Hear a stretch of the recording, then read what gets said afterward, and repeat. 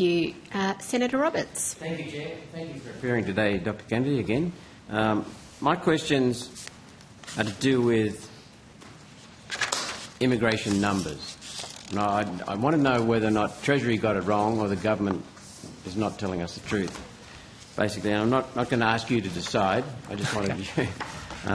but right up and down our coast, and we've got a very long coastline in Queensland, we've got people, thousands of people without houses. We've got working families going home to their car to sleep in. So, and we're a wealthy state. There's a statement that's often been made by the government in relation to its high immigration that we're just catching up. Pre-COVID, the number of temporary visa holders in the country was roughly 2.3 million. It's now at 2.8 million. That 500,000 more people in the country, a lot of them will need a house. We haven't just caught up. There's a record amount of temporary visa holders in the country, isn't there? Yes, I did some numbers in my opening statement. They're a little different to yours, but certainly the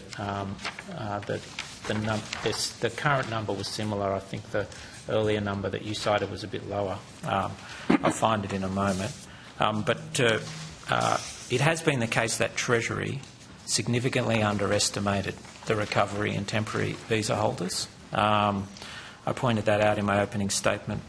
By order of nearly 25%, Senator. That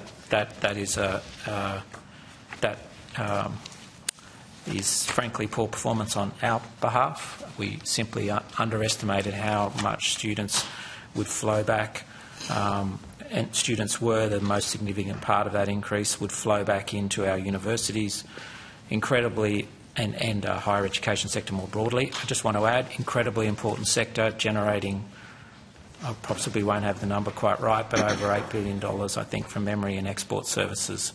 I'll confirm that number for you. So, did Treasury get the numbers wrong? Yes.